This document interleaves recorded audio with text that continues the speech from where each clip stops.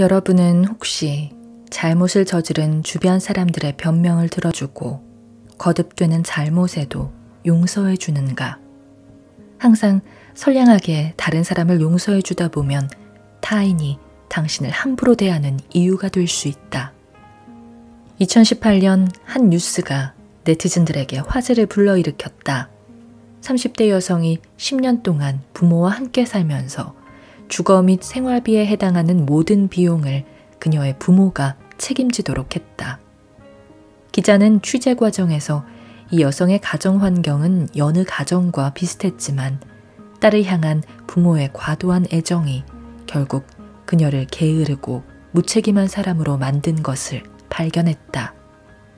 그녀는 대학을 졸업한 후 일하는 것이 귀찮고 월급이 너무 적다고 불평하면서 아예 집에서 무의도식하며 자신의 방에 처박혀 게임만 하며 지냈다.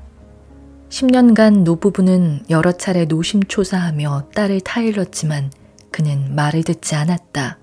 한 번은 다소 강하게 딸을 질책하자 부모에게 욕설을 퍼부으며 목숨을 끊겠다고 한바탕 소란을 피웠다. 그녀는 그야말로 노부부의 골칫거리였다. 하지만 노부부는 기자에게 이런 변명만 늘어놓을 뿐이었다. 어쩔 수 없어요. 한 명 있는 딸, 아이가 원하는 대로 해줘야지요. 우리가 좀 더 고생하는 수밖에요. 기자는 쓴웃음을 지으며 고개를 가로저으면서 두 분이 계속 방임하면 결국 딸의 인생은 엉망이 될 겁니다. 라고 말했다. 이처럼 반드시 지켜야 할 경계를 포기해버리면 선을 지킬 수 없게 된다. 이와 유사한 사례는 미국 가정에서도 찾아볼 수 있다. 한 남자가 몇 해 전 실직해 부모님의 집에서 무의도식하며 폐인처럼 살았다.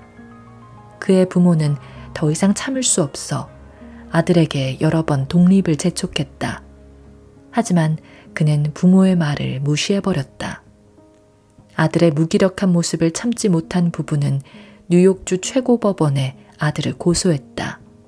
결국 이 미국 남성은 법원의 판결에 따라 어쩔 수 없이 집을 떠나 자신의 힘으로 먹고 살아야 했다. 몇 년 뒤 완전히 자립한 그는 몇 년 전 집에서 쫓겨난 경험을 이야기하면서 부모에게 깊은 감사를 느낀다고 말했다. 원칙 없고 경계가 없는 관용은 곧 방임이다. 이것은 결국 상대방의 삶을 개선하지 못하고 악화시킨다. 만약 정말로 상대방을 생각한다면 반드시 사랑은 엄한 것이고 경계 없는 관용은 해롭다는 원리를 이해해야 한다. 관용에 적절한 분수를 설정하고 넘치는 동정심에 명확한 선을 그어야만 한다. 그렇지 않으면 결국 타인에게 해를 끼칠 수밖에 없다. 결혼, 대인관계 혹은 직장에서도 마찬가지다. 사랑한다는 이유로 그저 잘못을 방임하며 봐주다 보면 진흙탕에서 빠져나오지 못한다. 이로 인해 그저 당신의 사랑은 값싼 것으로 치부될 뿐이다. 상대방은 당신의 관용과 선량함을 자신이 아무렇게나 써도 되는 카드로 여길 것이다. 이제 밑도 끝도 없는 관용을 거두어라. 절대 사랑이란 이름으로 방임해서는 안 된다. 친구와 어울릴 때도 지나치게 관용하거나 맹목적으로 상대에게 맞춰준다고 진정한 우정이 이루어지는 건 아니다. 진정한 친구라면 당신이 잘못을 저질렀을 때 직언을 해줄 것이다. 진심으로 당신을 생각하는 친구라면 당신이 교만하거나 자만할 때 더욱 날뛰도록 조장하는 것이 아니라 적절한 시기에 일깨워줄 것이다. 직장에서도 동료나 부하 직원들에 대한 지나친 관용은 양쪽이 함께 망하는 상황을 초래할 뿐이다.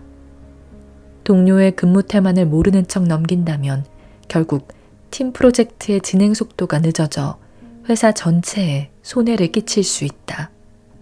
회사의 규칙과 제도를 제멋대로 따르지 않는 부하 직원을 본체 만체하고 방임하면 결국 인사위기로 비화할 수 있다.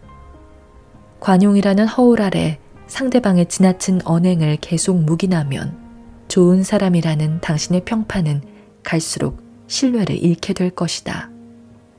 그렇게 오랜 시간이 흐르면 당신의 위신은 처참하게 무너진다. 원칙도 없이 다른 사람을 관용해서는 안 되며 아무렇게나 방임해서도 안 된다. 이는 스스로 인생을 망치는 것과 다름없다. 이는 자기 자신에게도 해당되는 말이다. 어떤 생활 방식을 선택하든 자신에게 너무 관대해서는 안 된다.